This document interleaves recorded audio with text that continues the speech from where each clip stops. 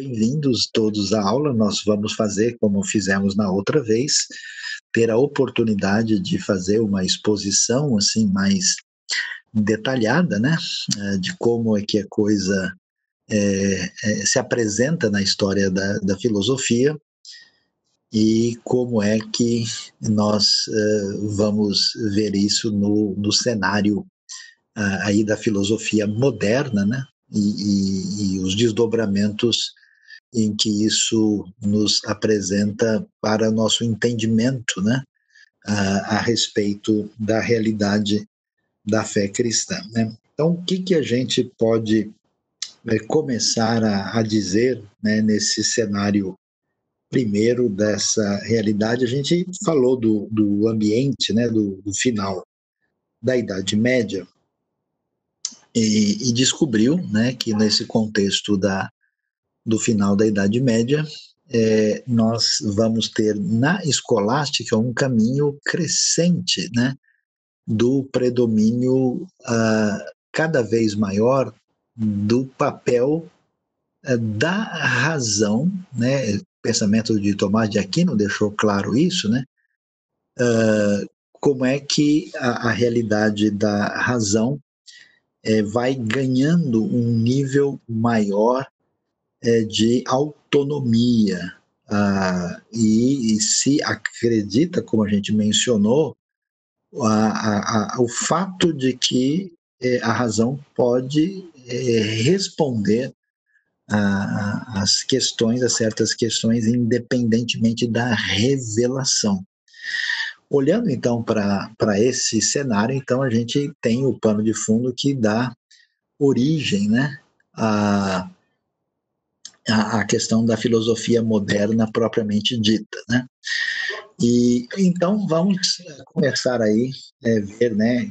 A gente observa a filosofia moderna, então vai ter origem, né? Tem o seu lugar no cenário europeu a partir do final do século XV, começo do século XVI, né? E aí a gente tem todo um ambiente de mudança de característica cultural, né? Onde vai surgir, né, o Renascimento italiano, né, e a Reforma protestante, né, o Renascimento italiano, um movimento de retorno ao mundo grego antigo, né, até se falava muito de Protágoras, né, e a Reforma protestante propriamente dita, que também representa um caminho que a gente chama de um desdobramento de oposição à realidade do mundo medieval. O mundo medieval estava, digamos assim, sendo confrontados, né, nesse momento, né?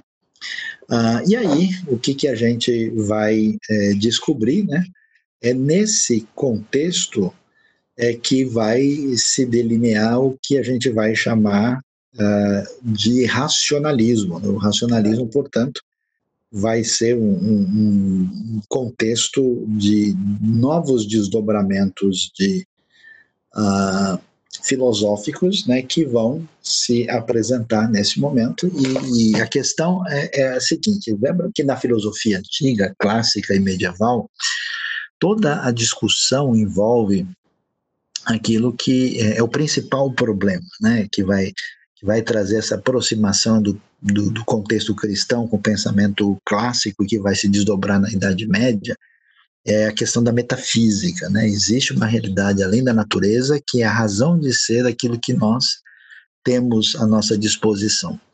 Quando a gente chega no mundo aí da chamada filosofia moderna, com as mudanças e as transformações do novo ambiente cultural, nós vamos ter o que a gente chama que o problema metafísico, ele sai de cena, ele desaparece, né? Ele não é mais a realidade que acaba tendo a preponderância. O que a gente tem nesse momento é agora a questão gnosiológica, ou seja, a pergunta é sobre o conhecimento. Como é que nós temos acesso ao conhecimento? Nesse novo ambiente agora, de ocaso do mundo medieval, né? Lembre-se que o mundo está em polvorosa, né? Uma série de movimentos de questionamento, né, sobre a realidade estão presentes, né?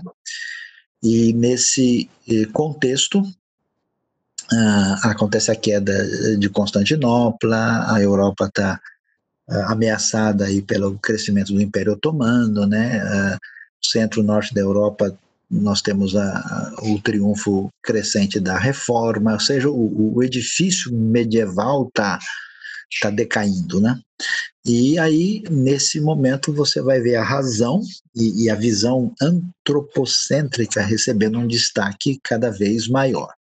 Portanto, o que a gente pode observar aí, né? Fazendo um quadro de resumo assim, bastante útil e válido para nós, né? Vale a pena olhar aquilo que nós temos aí apresentados nesse momento aí com a questão dos antecedentes, né? Você tem aí o Renascimento italiano, né, com as ideias humanistas, antropocêntricas, mecanicistas, né, que começam a ter espaço com força no século XVI, né? As mudanças político-econômicas e religiosas com a Reforma, e aí nós temos um pequeno resumo que a gente vai olhar com mais atenção, quando surge o que é propriamente o que a gente chama de uma escola racionalista, que é o destaque de Descartes, né? Quando René Descartes, o filósofo francês, que é considerado o fundador do racionalismo, né? A metafísica, o problema metafísico é descartado, ele não entra mais no cenário, pode ser que isso seja, vamos dizer, assunto da fé, da teologia, mas a filosofia não vai discutir isso, né? E importa aí a questão do conhecimento, propriamente dito, e da metodologia adequada para a filosofia nesse sentido, né? E aí, como a grande questão encaminhada aí é da razão, o fundamento disso, a fundamentação, vai ser uma fundamentação nas matemáticas, né? De modo que o que vai se entender é que o conhecimento válido é o racional, né? Que não está aí numa situação de ser ameaçado pelos sentidos, né? É o conhecimento baseado no que é chamado de inatismo, né? Há uma procura do universal e o necessário, que se entende que são acessíveis à razão, capaz de copiar o imutável das coisas. Aí destaca-se o triunfo da razão sobre as paixões para trazer a felicidade, porque a razão organiza toda a realidade da vida. Pela razão é possível provar, por exemplo, a existência de Deus e a imortalidade da alma. Então, você vê bem que o Francis Schaeffer, nas suas obras, quando ele escreve, né, se ele dá uma razão, um valor grande para a razão também nas suas obras, quando ele escreveu A Morte da Razão, o Deus que Intervém, ele tenta mostrar como, a partir do pensamento de Tomás de Aquino, a coisa vai abrindo de tal forma que a razão vai chegar nesse momento na Europa para ter, vamos dizer, o seu caminho de autonomia, né? Aí nós temos, na sequência, Baruch Spinoza, que é o Benedito Spinoza, né, que, aliás, pouca gente sabe, é um filósofo judeu português, né, que nesse ambiente ele vai desenvolver um racionalismo um pouco mais dualista, né? Ele tem uma proposta assim, até por isso que ele foi, vamos dizer, excluído, né, pelos rabinos da comunidade religiosa judaica. Ele entendia que Deus se confundia com o mundo na direção de um pensamento meio panteísta, era um filósofo racionalista também. Quando os judeus portugueses acabaram sendo expulsos, né, diante da intolerância religiosa aí do século XVI, Spinoza foi um dos que foi para a Holanda, né? Alguns outros filósofos importantes, Malebranche e Leibniz muito famoso, Gottfried Leibniz, que escreveu inclusive uma obra importante sobre Teodiceia, né? E teve assim uma espécie de paralelo, assim, meio quase que concorrente do próprio Isaac Newton, né?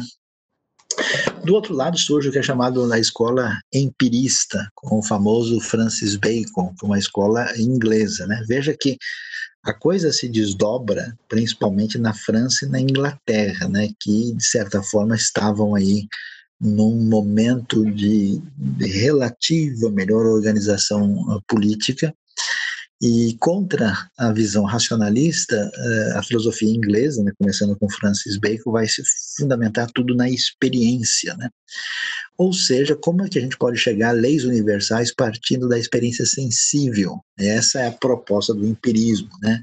Bacon a gente vai olhar com mais detalhes, é a grande referência, né? Você já pode aí pensar, né, sobre essa distinção que vai marcar, inclusive, a distinção histórica cultural na própria Europa, né? E depois surge uma pessoa muito importante, chamada John Locke, já no século XVII, né? Que vai afirmar que a mente é uma tábula rasa, nada há nela que não tenha passado aí, né, que não tenha os dados da experiência, né? E mais tarde, outros filósofos que têm, inclusive, alguns importância política, como o Locke teve, e Thomas Hobbes, né, Berkeley e David Hume, que vai ser um cético propriamente dito, e aí a gente vai ver nessa perspectiva aí não há nenhum espaço para as ideias inatistas, né, as ideias ligadas ao enfoque racionalista. Então, vamos olhar de perto, propriamente dito, que é o racionalismo. Isso é importante demais para a gente, por quê? A gente vai entender, né, como até o contexto medieval, as relações entre razão e fé ainda são relações de mútua conversa, de tentativa de definir o que a gente chama de uma relação de interdependência, né? Com o momento europeu, agora a partir desse contexto do final do século XVI, começo do século XVII, aí a gente vai ter o triunfo do racionalismo, que vai configurar a Europa moderna e que vai, então, semear um distanciamento, né? uma conversa primeiro de isolamento e depois de oposição entre aquilo que no contexto medieval era questão de conversa entre fé e razão. Então o racionalismo vai entender, essa que é a questão, a razão como o único instrumento adequado ao conhecimento verdadeiro. É pela razão que temos acesso às ideias normativas e os princípios por meio dos quais a gente pode, de fato, conhecer, né? Então a pergunta é, como é que eu tenho acesso a um conhecimento verdadeiro? De onde vem? Como é que eu posso legitimar esse conhecimento, saber que ele, de fato, né, essa ideia de correspondência, né, que define se um conhecimento é verdadeiro ou não?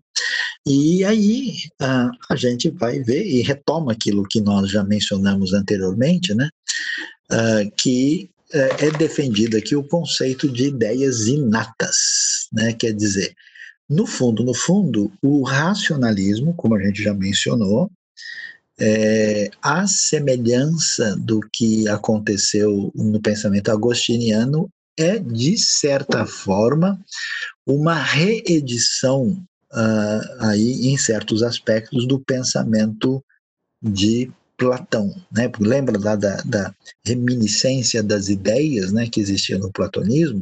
Pois é, aqui o pressuposto é o seguinte, que as ideias que temos na nossa cabeça, nós já nascemos com elas, são chamadas ideias inatas. E assim, com esse enfoque inatista, o racionalismo vai se desenvolver, e aí nós temos o que a gente vai encontrar, a ideia de que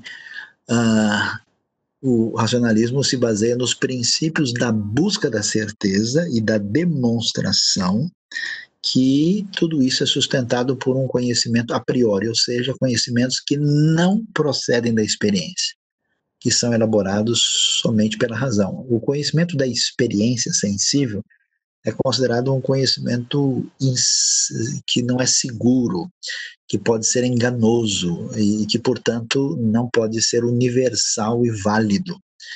E, consequentemente, o que se pensa é que a razão produz os conhecimentos que são universalmente válidos e logicamente coerentes. O conhecimento verdadeiro só provém do pensamento puro. E aí você tem o elogio das matemáticas, o século XVI e XVII abrindo para construir uma Europa aí é marcada pela força e pelo impacto da razão. E aí está o nosso querido amigo, mandou lembrança para todo mundo aí do nosso grupo, dos nossos alunos, o René Descartes, né, que viveu apenas, aí, como você vê, 54 anos, entre 1596 e 1650. Como nós sabemos, ele é um filósofo francês, né?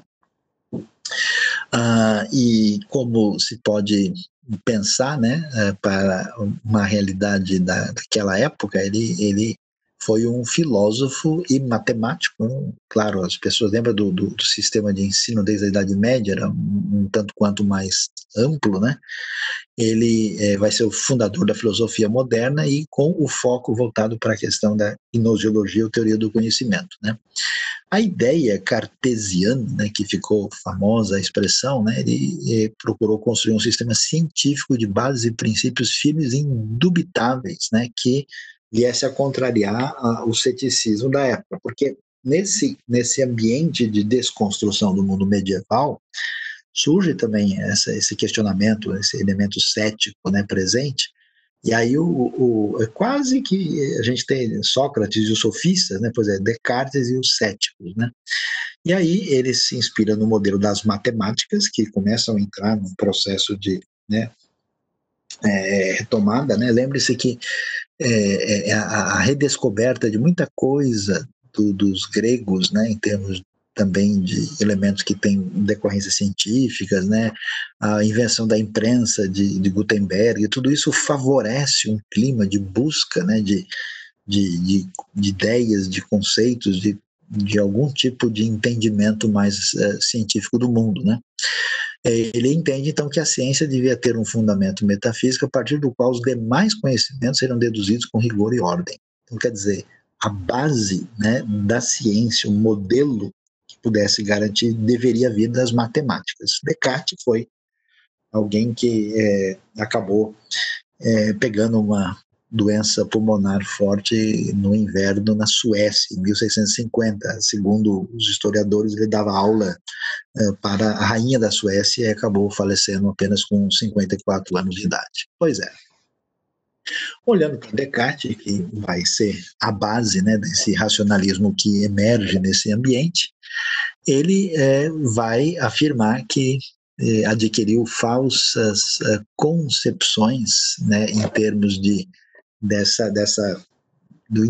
interesse, da importância de tentar definir o que é um conhecimento do qual a gente não pode duvidar de jeito nenhum. Então, essas falsas concepções seriam crenças que constituíam o que é chamado do conhecimento dominante da sua época, que ele acabou recebendo, né, daí, e as opiniões que, segundo ele, estavam fundamentadas com base nos sentidos. E o problema é esse, né? A partir dos sentidos, nós não adquirimos um conhecimento que seja válido.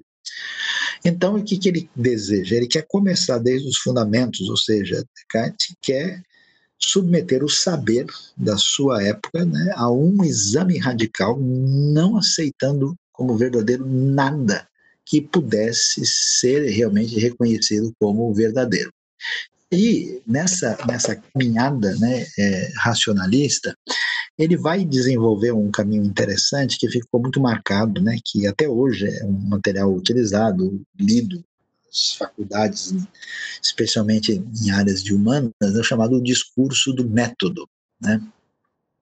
E no discurso do método, ele vai definir lá o que ele vai chamar de dúvida metódica, né? Nessa dúvida metódica, ele vai fazer a questão como é que a gente pode, de fato, chegar ao conhecimento verdadeiro.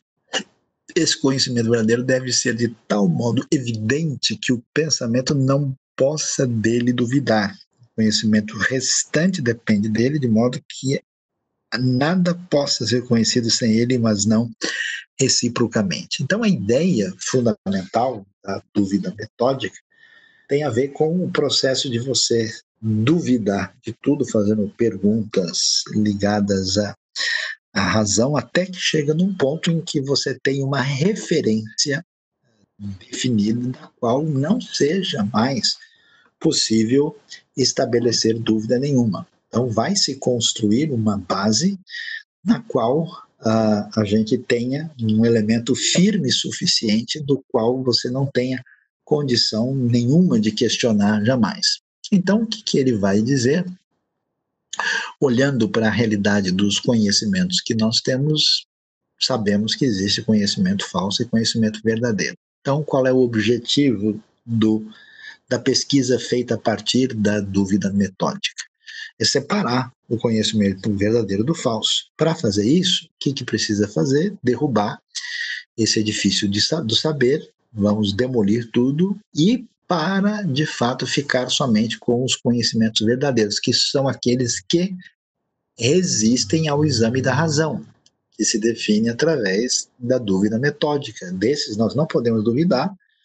Aí, uma vez que o edifício demoliu, ficou em pé só o que é coluna firme, aí a gente pode construir desde a raiz o que pode ser considerado aí uma base real e adequada para podermos, de fato, construir um conhecimento firme. Então, essa que é a questão, essa aqui vai ser a base, né, do que a gente vai ter no contexto da ciência moderna, né, que vai ter, de um lado, né, nessa experiência francesa, que depois vai ampliar, né, aí para o ambiente alemão, né, você vai ter um racionalismo que vai se estabelecer na Europa continental, e do outro lado, no ambiente anglo-saxão, você vai ter, a gente vai ver já a questão do empirismo, e que depois os dois movimentos vão chegar naquilo que a gente vai ver na próxima aula, que tem a ver com o iluminismo, né?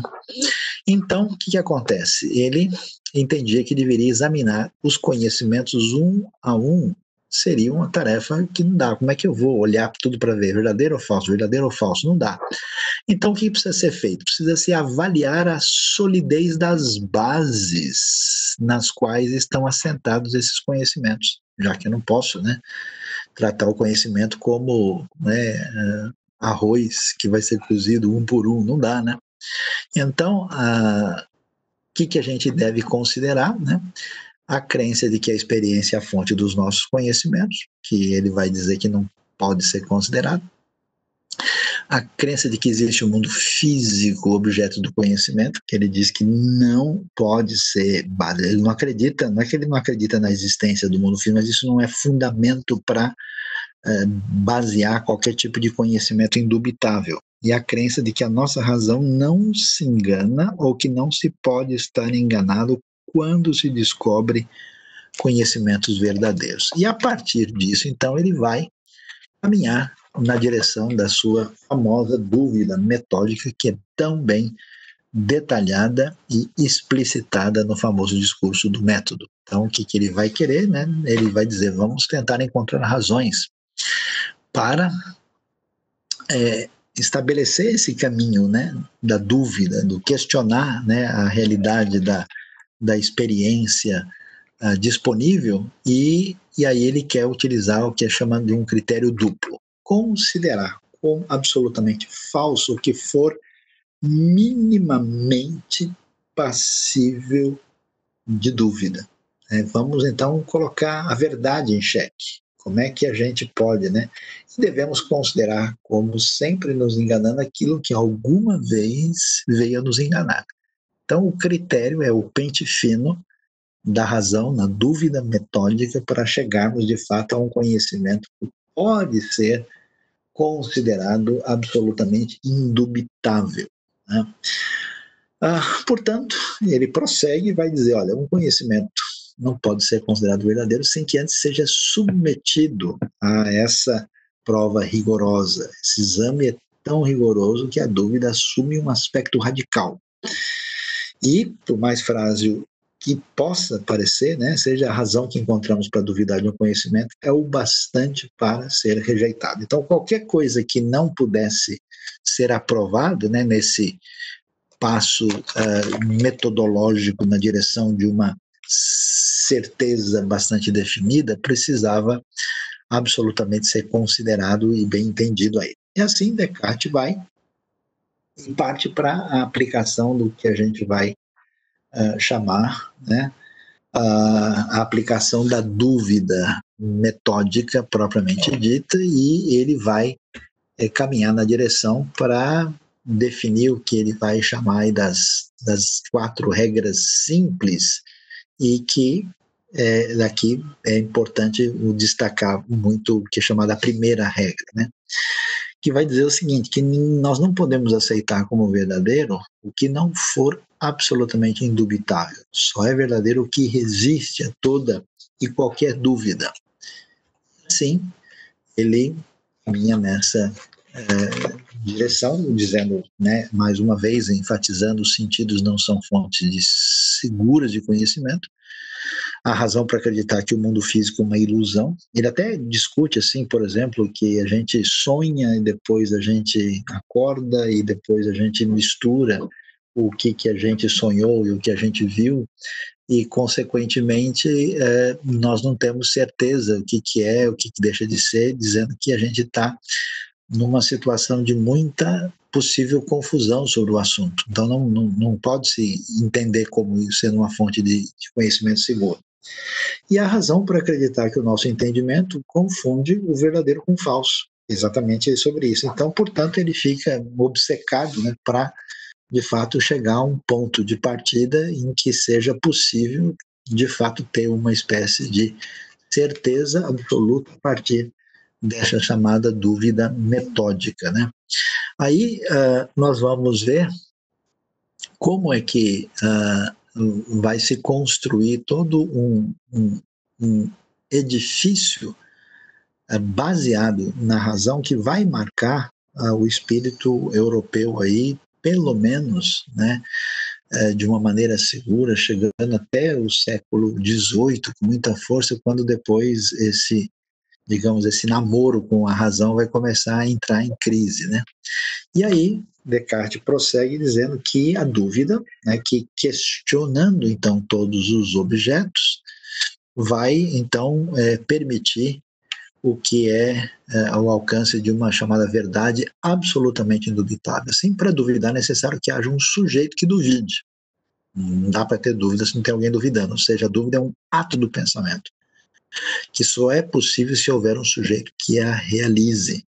Assim, então vai surgir a famosa frase cartesiana, célebre afirmação, que ele diz, né, cogito ergo sum, penso logo existo. Essa é a verdade indubitável da qual deve partir todo o conhecimento. E é exatamente com base nessa declaração é que vai se formar a Europa moderna, em termos de pensamento, e que a gente tenha o que a gente chama de uma desconexão com o antigo pensamento medieval. Portanto, surge o que é chamado do cogito cartesiano. Cogito ergo sum, né? Esse cogito vai funcionar como a verdadeira base, a referência da verdade, né? Serão, então, a partir daí, verdadeiros todos os conhecimentos que são tão claros e distintos como esse primeiro conhecimento. A essência do sujeito que duvida é uma substância que é visto claramente como pensante, e aí Descartes chama essa substância pensante, que é a base, né, desse sujeito cognoscente, como alma. Então veja que, a partir daí, tudo aquilo que envolve a questão propriamente metafísica, a discussão sobre o ser, tudo isso entra num caminho de abandono, né? E aí nasce esse novo enfoque que vai marcar a época. E a alma vai ser vista como distinta do corpo, porque se entende que ela não precisa do corpo para existir, e o cogito vai corresponder ao grau zero do conhecimento, né, no que diz respeito aos objetos físicos e inteligíveis, e vai ser a afirmação da existência de um ser que, apesar de ser um ser pensante, de ser devidamente fundamentado, é descrito como um ser que é imperfeito. É aí que vamos ver, e aí a discussão é interessante, né? Porque como é que se pensa, né, sobre isso com a existência de Deus, né? Os estudiosos falam muito, será que o Descartes de fato acreditava em Deus? Não, ele só fazia de conta que acreditava. Não, não é bem assim. A questão está em aberto, mas de alguma maneira acreditava. Porque lembre-se que os antigos filósofos gregos também trabalhavam com a ideia de Deus. Mas a pergunta é, essa ideia de Deus que eles têm É uma ideia que faz sentido no contexto da revelação cristã ou não? Como é que se pensa isso, né? O raciocínio dele é o seguinte: bom, como eu estou duvidando, então, por definição, está claro que eu não sou um ser que tem acesso ao conhecimento pleno de maneira nítida e clara, então eu sou imperfeito. Mas como é que eu posso afirmar que duvidar é de fato uma imperfeição? Posso afirmar, pois sei em que consiste a perfeição e, por comparação desta com as qualidades que possuo, posso concluir que duvido e não conheço tudo. Portanto, eu sou imperfeito. No entanto, uma coisa é clara: nós temos uma ideia inata na nossa cabeça, que já está lá, que é a ideia de perfeição. E de onde veio essa ideia de um ser perfeito, né? A ideia de um ser perfeito que aparece lá, ela está conosco, portanto a gente entende isso, deriva ainda um pouco, né, daquele argumento da perfeição que vem lá de Tomás de Aquino, da Idade Média. Como só o que é perfeito pode ser a causa da ideia de perfeito, podemos concluir que Deus existe. Aí ele vai prosseguir, chega no que é chamado de terceiro nível da dúvida, quando Descartes vai apresentar aí o que é chamado de uma suspeita sobre o fato de, apesar de eu ter um ser perfeito que é Deus, quem sabe eu posso estar caindo numa situação meio complicada, porque de repente eu estou diante de um Deus enganador nesse momento, um Deus que poderia estar me encaminhando de uma maneira indevida. E aí, como é que eu vou resolver essa situação, né?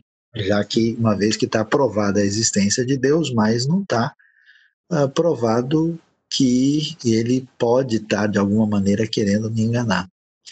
Mas ele vai prosseguir dizendo, mas essa suspeita não faz o mínimo sentido. Por quê? Porque a ideia, aí de novo a ideia inata, o próprio conceito de Deus pressupõe onipotência e perfeição. Enganar não é uma coisa que bate muito bem com Deus, é um sinônimo de fraqueza. Só a fraqueza e a imperfeição pode nos levar a usar a mentira como um caminho. Portanto, Deus, vai dizer Descartes, não pode ser enganador de jeito nenhum.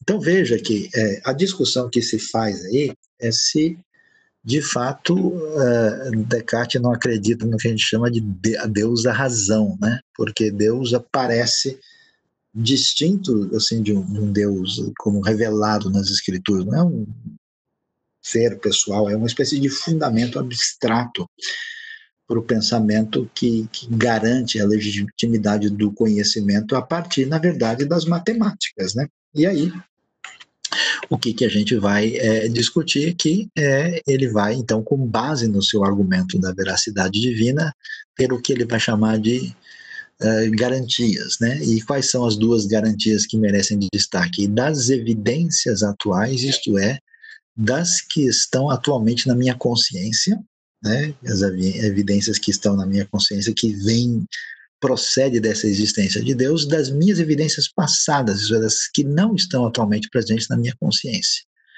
E aí ele, então, vai partir desse conceito inatista para definir a veracidade que é garantida a partir da existência de Deus. Agora, é interessante, aí vale a pena prestar bem atenção, como é que se define Deus? Tá vendo? Olha lá, olha lá. Com o nome de Deus entendo o quê? Uma substância infinita, eterna, imutável, independente, onisciente, onipotente, e pela qual eu mesmo e todas as demais coisas, né, seres que existem, se é verdade que algumas existem, temos sido criados e produzidos. Então, você vê que é um conceito um tanto quanto abstrato, substância infinita, imutável, independente, onisciente, onipotente, e que vai ser o fundamento da razão, que é a base do conhecimento que precisa ser legitimado para saber se eu posso, de fato, construir um edifício que me permita chegar a um conhecimento que eu vou defini-lo como realmente verdadeiro. Então, o que acontece? Né? Parece até um argumento de meio que um ciclo vicioso, a maneira como ele argumenta, né? Mas a gente vai perceber que o argumento cartesiano vai apontar para o fato que a razão apoiada nessa veracidade divina pode, de fato, conhecer aí está a essência das coisas, constituindo assim um conhecimento cuja objetividade escapa à dúvida. Então, um conhecimento seguro, apoiado nessa veracidade divina, a partir da razão. Eu posso conhecer as coisas de maneira perfeita a partir desse caminho. Então, podemos conhecer a realidade em si mesma mediante a razão, sem qualquer apoio na experiência.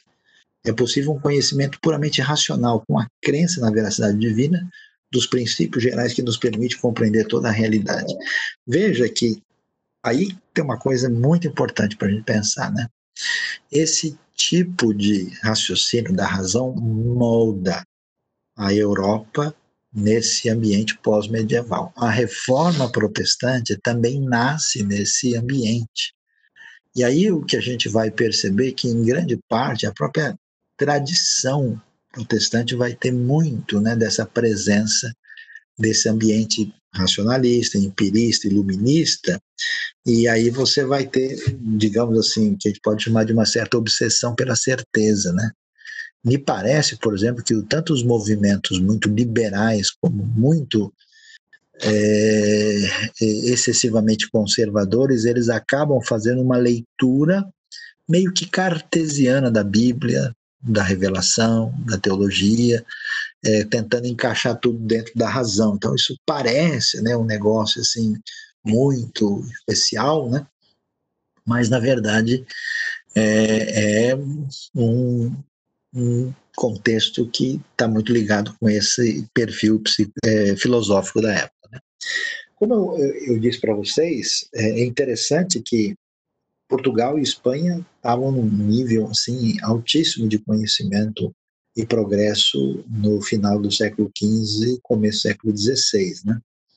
E teve um grande desenvolvimento em muitos aspectos, e ainda que seja do século XVII, um dos grandes expoentes no ambiente português era o Benedito, ou Baruch Spinoza, um filósofo judeu, né, porque muitos judeus viviam na Península Ibérica, tiveram que ir saindo, especialmente no século XVI, também século XVII, foram para o Brasil, para o Marrocos, para a Holanda, para vários lugares, para muitos judeus da Península Ibérica foram para o Império Otomano, né? E o Spinoza foi um que teve que ir. Ele é um dos, talvez o segundo filósofo racionalista mais importante, e é um destaque que às vezes a gente não conhece e deve ser considerado.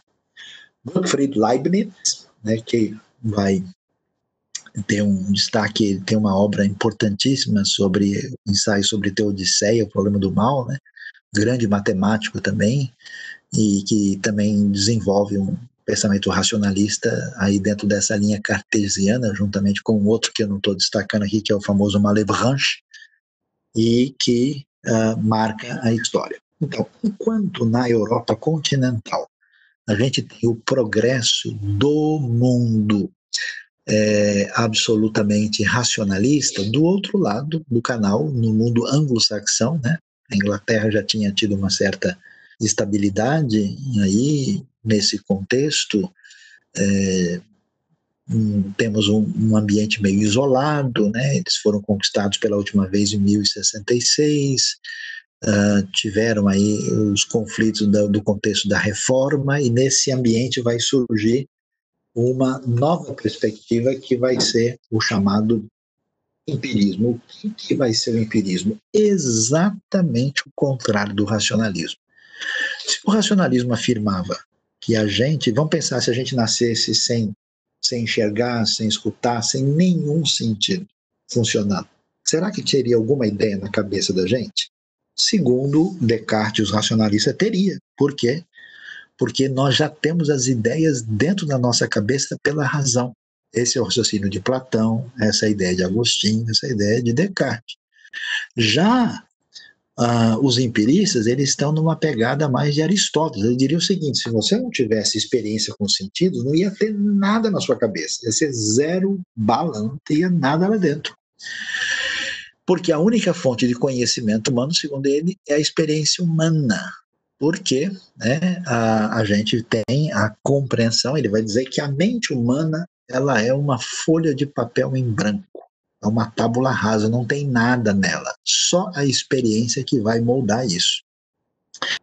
Aí os seus maiores defensores, como você pode imaginar, são pensadores ligados às ciências naturais, né? Lembra que na Inglaterra vai começar a Revolução Industrial, esse perfil mais assim prático, né, do povo inglês vai deixar bem diferente a cultura na Inglaterra. Isso também vai ter desdobramento na história dos Estados Unidos, né?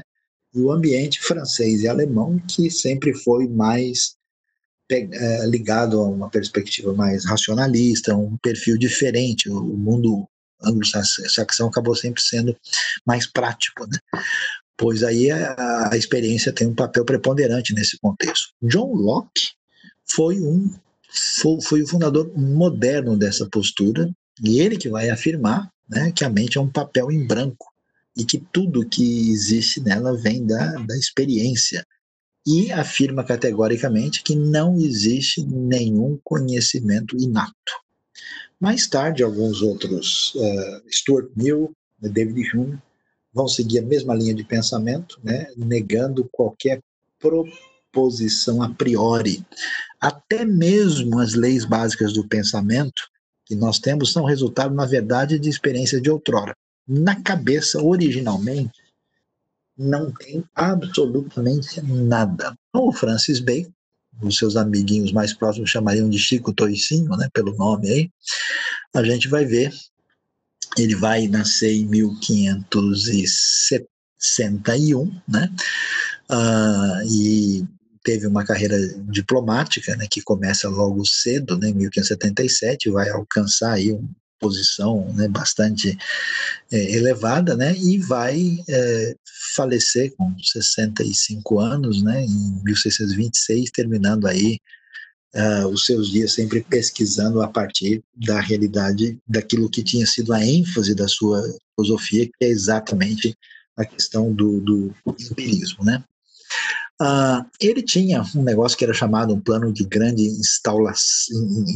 instauração, né, que compreendia aí 6 partes, e ele acabou realizando somente uma segunda parte, que envolvia a metodologia que foi empregada e que ficou muito famoso pela sua obra que foi chamada Novum Organum, que marca a história de uma maneira muito significativa, né? E a metodologia é exposta lá, né?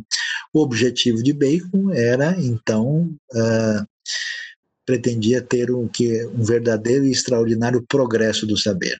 Então, ele vai se aproximar dos outros filósofos posteriores, como John Locke, por exemplo, né? Que chamariam propriedades primárias da matéria por oposição às qualidades secundárias, né? Assim, tentando, numa perspectiva próxima da visão aristotélica, né, a partir de um conhecimento que vem com a relação direta da experiência com a matéria. Na obra Nova Atlanta, a principal ideia é que a harmonia e o bem-estar dos homens repousam no controle científico alcançados, né, da natureza e a consequente facilitação da vida em geral. Então, esse pessoal também entendia isso, né, que o uso dos elementos que pretendiam trazer um conhecimento verdadeiro e seguro nos daria possibilidade de ter um controle sobre a natureza, né, de uma maneira que você teria uma ciência que mudaria a vida das pessoas, diferente de uma visão medieval, né, quando você tem uma visão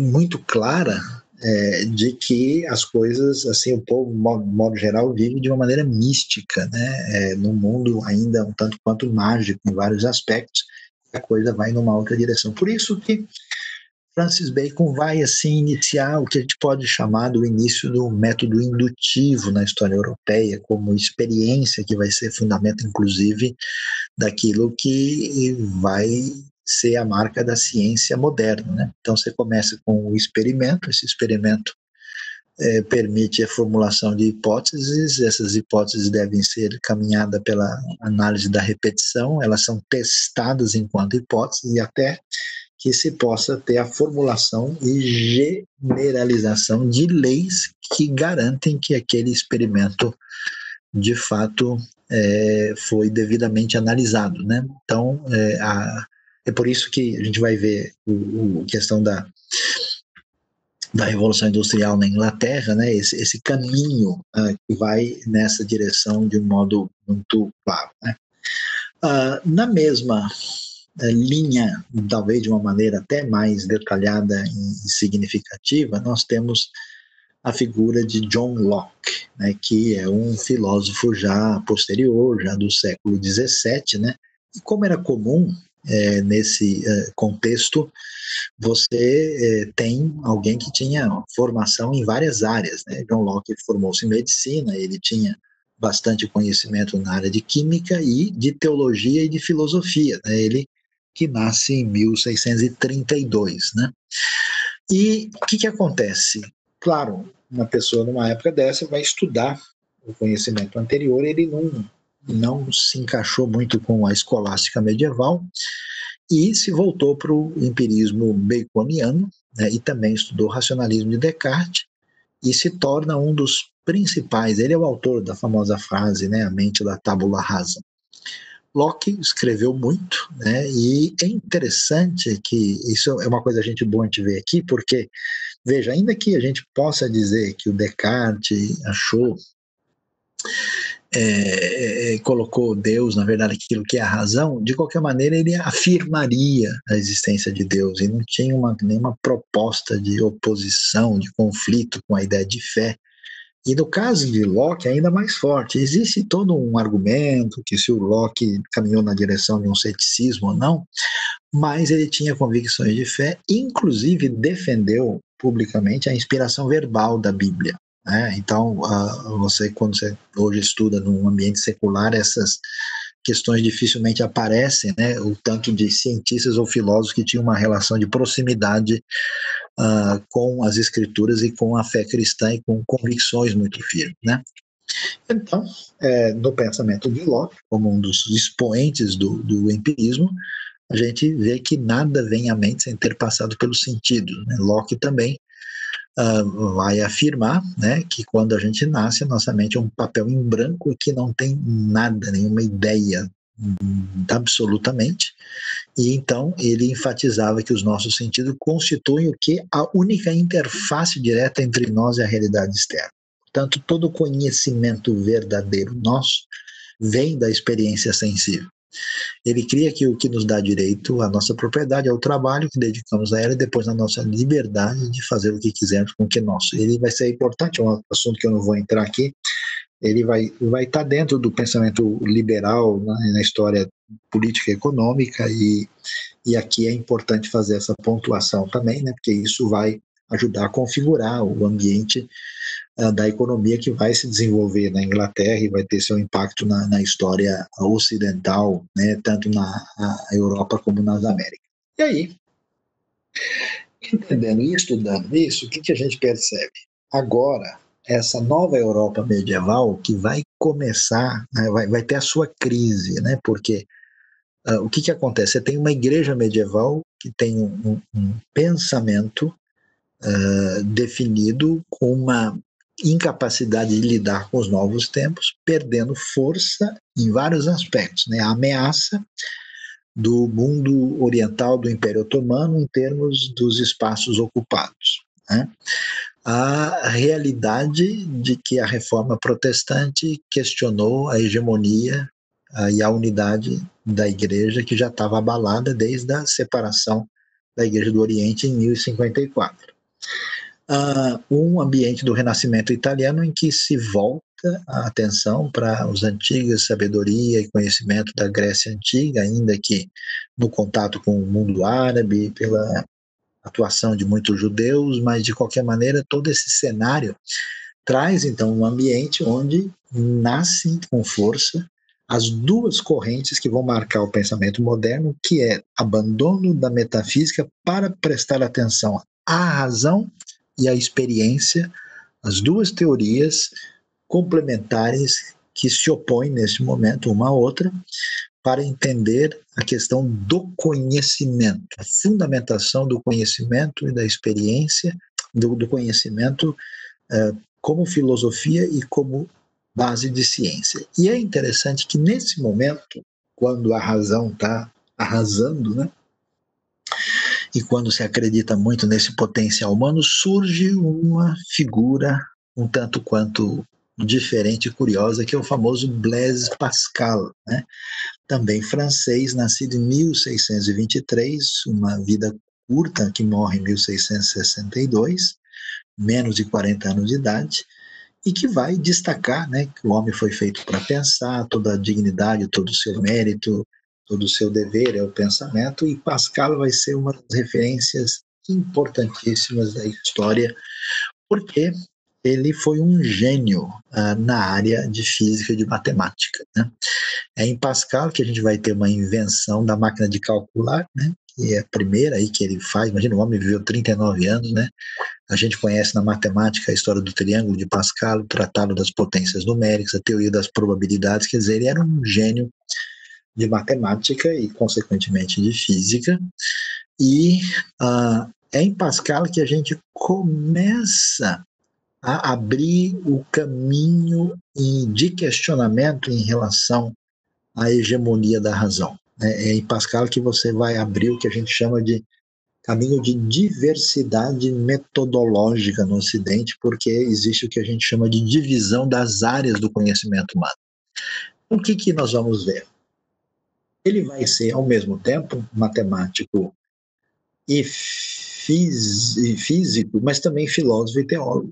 E ele vai contribuir muito na área de religião e filosofia, e porque ele entra para um grupo dentro do catolicismo que era o chamado jansenismo, que era um ramo do catolicismo mais próximo do perfil reformado, né?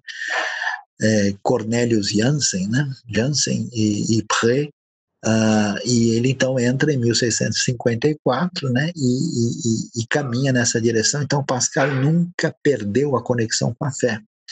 Ele, por exemplo, essa questão da razão cartesiana, é o que ele diz: eu não posso perdoar Descartes. Bem quisera ele, toda a sua filosofia, passar sem Deus, mas não pôde evitar de fazê-lo dar pirparote para pôr o mundo em movimento depois do que não precisa mais de Deus. Quer dizer, Descartes usou Deus para fundamentar e depois a sua filosofia corre solta sem precisar de Deus. Ele faz essa observação e aí a gente vai ver um elemento que é importante para nós aqui, é que nessa tentativa de construção racionalista, o primeiro que coloca um cheque, um questionamento, e olha que o homem é um matemático, um cientista, descobriu a questão do vácuo, né? Ele faz a primeira crítica da razão cartesiana, porque essa razão pareceu para ele muito arrogante, né? Se achava infinita e absoluta.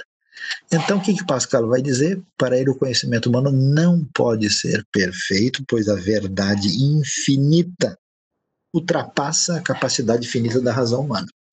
Então, ele vai criar um negócio muito interessante, ele vai fazer uma distinção entre dois, que ele chama de éprit, né? Ele vai chamar de éprit de finesse em francês, né? Ele vai distinguir o espírito de finura, como alguns traduzem, do espírito geométrico. O espírito de finura, o esprit de finesse, é a razão do coração, que é uma intuição direta, que não é racional e que permite conhecer muito além do que a dedução, que é a referência do método cartesiano, né? Os cartesianos são dedutivos e os empiristas são indutivos, Bacon e Locke, né? E aí Pascal diz, não, peraí pessoal, vocês estão confundindo as coisas, existe, né, uma coisa é uma coisa, outra coisa é outra coisa, existe um outro jeito de conhecer, nesse jeito de conhecer, aí a razão não tem condição, não está habilitada para lidar com isso. Ele vai fazer isso porque a sua postura, né, é uma postura que acaba tendo possibilidades aí de entender a coisa de uma maneira a partir da conversa com a teologia também. O homem deve ser humilde e reconhecer seus limites racionais. E ele, claro, como um jansenita né, que tem, em última instância, ligação com Agostinho, ensinou que nessa consciência dos limites da razão está a nobreza do homem. Reconhecer essa limitação que tem origem lá no pecado original e saber que apenas a graça divina poderá, com o auxílio do sobrenatural e com o concurso da vontade humana, nos restituir a grandeza anterior ao pecado, depende do esprit de finesse, que deve ser adaptado a cada indivíduo, uma vez que, como ele acentuou, somos uns diferentes dos outros. A importância de Pascal, do ponto de vista filosófico, é dupla. Uma é que ele estabelece os limites da razão, dizendo a coisa que não cabe na caixa da razão, não está aí. E que ele disse que, dependendo do que a gente está tratando, você tem que ter um método diferente de abordagem. Não é a mesma coisa lidar com a razão para um tema e para outro tema. Então, você querer reduzir toda a realidade ao exame das matemáticas, né, e querer que isso seja dessa maneira, a coisa aí não tem como subsistir. Então, ele vai prosseguir e vai dizer algo muito interessante, né? Ele vai afirmar, né? Olha só, eu vou começar lendo embaixo primeiro, né? E é tão inútil e ridículo que a razão peça ao coração prova dos princípios primeiros para concordar com eles, quanto seria ridículo que o coração pedisse à razão um sentimento de todas as proposições que ela demonstra para recebê-los. Quer dizer, pessoal, não dá para misturar as estações. E para você ver como Pascal era um indivíduo, vamos dizer, de muita piedade e fé, olha o que ele afirma: sem Jesus Cristo o homem permanece no vício e na miséria. Com Jesus Cristo o homem está imune ao vício e à miséria. Nele está nossa virtude e toda a nossa felicidade. Fora dele há apenas vício, miséria, erros, trevas, morte e desespero. Convicção muito forte nos famosos, a obra dele, Pensées, né, os pensamentos. Eu nunca me lembro, nunca me esqueço, estava na universidade, eu estava lendo Pascal e tinha um pessoal assim muito secular que tinha uma relação muito negativa com a fé. Aí o pessoal me viu lendo Pascal, logo recebi uma bronca, falei que eu tinha que ler outras coisas, tá? Eu falei, poxa, aqui deve ter coisa interessante, senão o pessoal não tinha ficado tão nervoso, né? Mas aí o que Pascal ainda vai dizer é que é tão importante a gente destacar, né, como ele tinha, ele era uma expressão extraordinária em matemática, em física, um grande cientista, mas também tinha percepções teológicas, inclusive muito alinhadas ao que a gente vai ver, né, no próprio contexto da reforma que aparece nesse cenário. Ele diz: nascemos iníquos, quer dizer, somos pecadores desde o nascimento, né? Cada um tende a agradar a si mesmo, e a tendência de agradar ao eu é o início, né, de toda a desordem.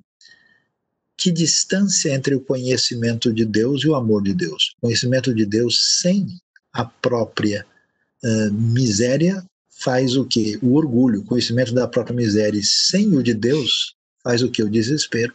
É saber que você é miserável, você entra em desespero se você não tem a Deus. Se você conhece a Deus e não entende quem você é, você fica orgulhoso. O conhecimento de Jesus Cristo encontra-se no meio, porque nele encontramos Deus e nossa miséria. Olha que coisa só. Se todas as pessoas soubessem o que cada um diz da outra, não haveria 4 amigos no mundo. Uma compreensão muito clara da natureza humana. Há somente 2 espécies de homens: os justos, que se imaginam pecadores, e os pecadores, que se imaginam justos. Portanto, Pascal aí é alguém muito especial na história. Então, ele vai fazer a sua avaliação, né, e vai dizer o seguinte, né, que Descartes contribuiu para a história do pensamento, né? Ele vem depois de Descartes. Ele vai dizer, não, ele nos deu as regras aí boas, né, que envolve a questão para construir a ciência, a filosofia racional, o sistema da razão, separada da fé, se quando pode, não cogita Deus. Pascal, né, ele vai procurar as regras do método para esclarecer o homem a si mesmo e construir uma filosofia cristã, fundamento racional da fé. 2 homens e 2 métodos nesse contexto da modernidade. Essa antítese permanece até o dia de hoje. Ele foi o primeiro pensador que nos seus pensamentos nos primórdios da modernidade, os Pantos, se tentou fazer, através do método do coração, uma nova síntese entre fé e ciência de uma maneira, portanto, extraordinária. Então, diante desse cenário, a gente encerra aqui a nossa exposição e agora abrindo, então, o caminho, o espaço para termos as nossas perguntas e interações diante desse contexto da realidade da Europa moderna, né, com o surgimento das novas filosofias e o contexto do racionalismo e abrindo um espaço aí para as perguntas que vão surgir nesse momento. Então, vamos estar aí preparados, podem apresentar. Eu queria, aqui já tem alguma coisa que chegou aí, né? Eu queria só encerrar, alguém fez uma pergunta e me encaminhou, se eu disse que não havia muita influência filosófica do islamismo na realidade de hoje, como é que o Islã estava influenciando tanto a realidade de diversos lugares. Então, essa influência do Islã não é filosófica, né? Não existe assim uma filosofia islamita propriamente dita que marque a realidade de hoje. O que você tem é, na verdade, uma militância islâmica com uma série de fatores e de elementos e não é que exista propriamente uma filosofia que alcance os ambientes e as pessoas vão pensando daquela maneira. O que existe é crescimento vegetativo, é uma presença em certos ambientes e outro tipo de método de crescimento que às vezes até é um método que envolve crescimento numérico, mas não crescimento real, né? Porque você tem no mundo todo muito que a gente pode chamar de cristianismo e islamismo de verniz, onde as pessoas assim são, né, superficialmente cristãs ou muçulmanas, mas na prática eles são animistas, continuam fazendo e vivendo um tipo de perspectiva que não corresponde. Então, não do ponto de vista filosófico, mas do ponto de vista de uma militância propriamente religiosa. Do indivíduo e educação familiar pela escola, a pergunta, depois desse momento histórico, os filósofos, a separação entre fé e razão tem colocado o homem mais distante de Deus, pois o homem busca explicar tudo para a razão, o conhecimento é esse ou é diferente, né? Olha, é o seguinte, nós estamos aqui estudando a parte que envolve diretamente a realidade da história da filosofia. Então, a razão, ela adquiriu um espaço todo maior e especial, né? Mas a razão perdeu força. A gente vai ver, né? Depois que passa a época iluminista, a razão recebe uma espécie de checkmate, né? da filosofia ocidental, né? E, consequentemente, como a razão perde força, nós temos outros elementos, né? Eu diria que a razão recebeu uma influência muito forte, teve uma influência muito forte nesse ambiente e ela influenciou a teologia, o mundo contemporâneo nessa oposição, mas hoje o cenário está bastante diferente. Hoje, por exemplo, no mundo pós-moderno, que a gente vai abordar até o final do nosso curso, você explicar que o elemento divino é racional, para muitas pessoas não tem elemento, porque o enfoque é que a razão já foi colocada no seu devido lugar. Ninguém acha que ela vai explicar tudo. O problema do nosso mundo hoje é ser pouco racional, né? Então, aí a questão vai numa outra direção. Em sua opinião, por que os filósofos não falam de um Deus pessoal? Bom, não falam até esse momento, né? Porque a realidade desse momento é a realidade da descoberta ou da atenção dada à razão e à experiência. Depois que isso entra em crise, a gente vai ver, por exemplo, vamos estudar uma pessoa que nem Kierkegaard, um filósofo do século XIX, que viveu entre 1813 e 1855, Deus vai ser visto de modo profundamente pessoal, às vezes até quase que só pessoal e existencial. Então, o que existe é assim, no campo da amplitude da experiência humana, existe um selecionamento de uma característica e colocado aquilo ter as últimas consequências e aquilo se torna um pensamento dominante. Então pode ser racionalismo, pode ser empirismo, pode ser um historicismo, pode ser um existencialismo, né? Nesse momento, realmente, nós estamos debaixo aí de uma influência muito platônica e aristotélica e onde isso não tem atenção. A pergunta sobre Zaratustra ou Zoroastro pode ser uma referência do pensamento filosófico do mundo árabe? Não, porque ele é persa.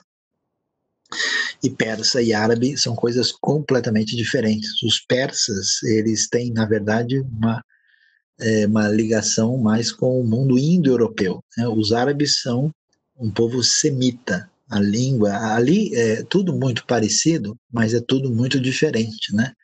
Então, por exemplo, os povos da Índia, eles fazem parte de um contexto indo-europeu, né? O sânscrito antigo tinha ligação com as línguas mais antigas da Europa também.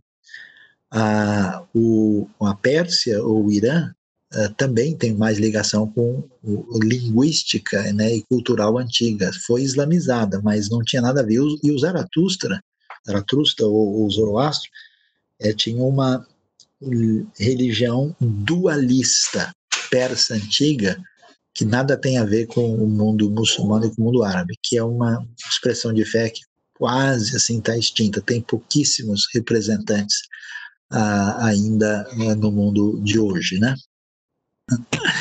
Então, o racionalismo é uma peça da história, né? Ninguém vai defender uma visão racionalista nos dias de hoje, né?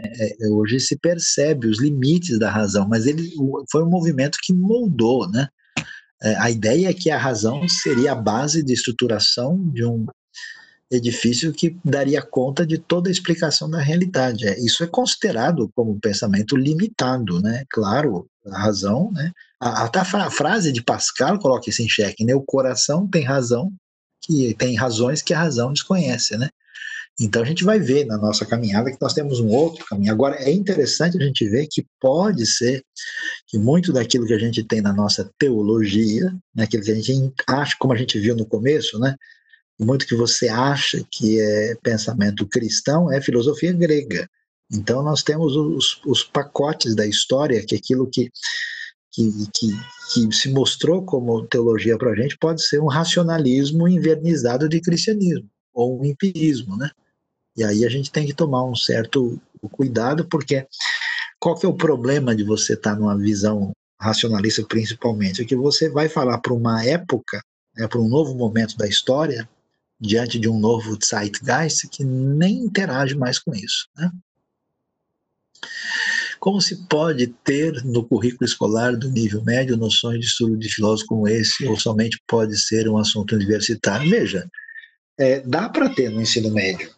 É só você definir a questão da dose, né? A história do pensamento é muito importante porque ajuda as pessoas a raciocinarem, a pensarem, a refletirem, né? E aprenderem a questionar, né? Então é útil. Agora, é claro, você pode ter um conhecimento básico fundamental e sem entrar num aprofundamento detalhado maior, né?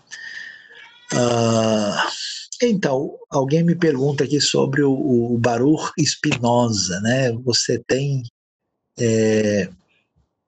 algo relevante dele, né? O Spinoza, ele teve ele não tem, digamos assim, uma grande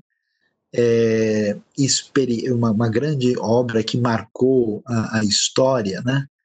Ele, como Descartes, era uma pessoa também voltada para matemática, para um grande conhecimento nesse sentido, e ele vai para a Holanda, né? Mas ele não deixou assim uma referência. Ele escreveu, o que ele escreveu mais foi sobre ética, né? E um tratado teológico político, né?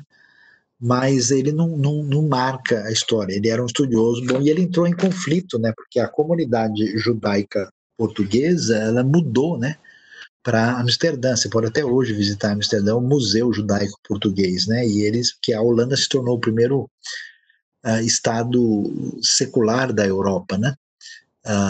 Nesse contexto do século XVI do século XVII, né?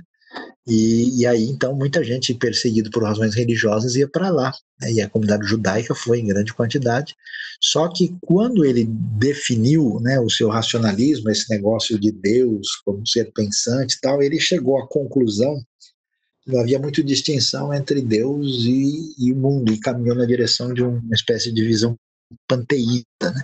E aí ele teve problemas. O rabinato reuniu e excluiu ele. Tem uma carta da exclusão dele que é bem pesada. Vocês não falem com ele, não olhem, porque de fato ele foi tipo um herege, né, dentro do judaísmo da época no contexto da Holanda. Mas ele não tem uma obra particular assim. Acho que o destaque maior seria na área de ética mesmo, fundamentada na razão. Não sei se temos mais alguma outra pergunta, alguma outra questão aí que... Temos uma pergunta aqui, o pensamento Descartes versus Pascal tinha cunho político ou foram convicções apenas pessoais em que Descartes não alcançou a fé? Não tem desdobramento político, não. Não há nada. Nesse momento, você tem um caminho de busca, né, de elementos que envolvem o conhecimento na busca daquilo que vai se tornar a base da ciência, né? E não dá para pensar nisso. Na verdade, claro, Pascal vai se envolver com um grupo jansenita, né, que tem aí uma proximidade com o mundo protestante, mas ainda é católico, né? Tem umas coisas estranhas nos dois, né? Você vai ver, o Descartes acreditava na glândula pineal, né? Que é a ligação exata que conecta a alma ao corpo, né? Umas coisas meio estranhas. O Pascal fala do milagre do Santo Espinho, tem umas coisas meio assim que não são tão filosóficas, né? Mas acho que não dá para entender a coisa para pensar dessa maneira, não, né? Acredito que não é interessante pelo sistema político atual pensar-se em Deus no Brasil. Olha, eu acho que não dá para fazer generalizações assim, porque a cultura geral hoje ela não é muito de reflexão, né? A gente, de todo lado, a gente está sofrendo porque a gente tem, de um lado, uma tendência mística do mundo, assim, que não tem expectativa na razão, então o pessoal entra num misticismo meio complicado, né? Existe um caminho também na direção de um obscurantismo, né? E existe uma tendência de procurar elementos políticos que nos substituam a nossa responsabilidade em todos os ambientes, assim. Então, não estamos, né, mesmo no ambiente da fé, a reflexão assim ponderada e aprofundada, ela é exceção, né? Então é um negócio meio difícil, meio complicado aí que a gente precisa tomar cuidado, né? Não é. Alguns dos filósofos chegaram a acreditar na Trindade. Veja, nesse momento, você está vendo, nós estamos estou pensando nos filósofos modernos. Você está num ambiente pós-medieval, né? A base de todo o pensamento cristão, desde Nicéia e Calcedônia, é a Trindade, né? Ela não se discute. Então, o que acontece? Parece que a maior parte dos filósofos desse momento acreditam sim. Daqui a pouco você vai ter gente batendo de frente, né? Porque essa semente racionalista empirista vai alimentar um questionamento, porque, por enquanto, eu acho que Descartes de fato fica com Deus de maneira meio artificial. Daqui a pouco chega um cara que nem o David Hume, que ele vai entrar numa postura cética mesmo. Daqui a pouco vão chegar iluministas, né, que vão ter uma postura que bate de frente, né, com a religião. Até porque a religião institucional na história europeia ela fez muita bobagem, né? Fez muita coisa absurda. Lembre-se que nós tivemos anos de guerra entre protestantes e católicos, né? Tivemos a Guerra dos 100 Anos, tivemos o massacre dos calvinistas na França, tivemos os conflitos sérios na Inglaterra, tivemos aí as guerras dos 30 anos na Alemanha, terminando com a paz de Westfália, e tudo isso gerou, né, uma postura aí no final do século XVII, começo do século XVIII, de questionamento das coisas, né? E então, talvez acreditasse na sua maioria, e os que não, talvez duvidassem, não iam sair dividindo e contando isso para muita gente, não, porque sabia que o resultado não ia ser o melhor, né? Mas aparentemente não é o assunto, né, de discussão da parte deles, né? Pelo menos nós não temos registro nessa direção. Mas muito bem, temos mais alguma outra questão ou pergunta que a gente já está caminhando para o desfecho da nossa aula de hoje.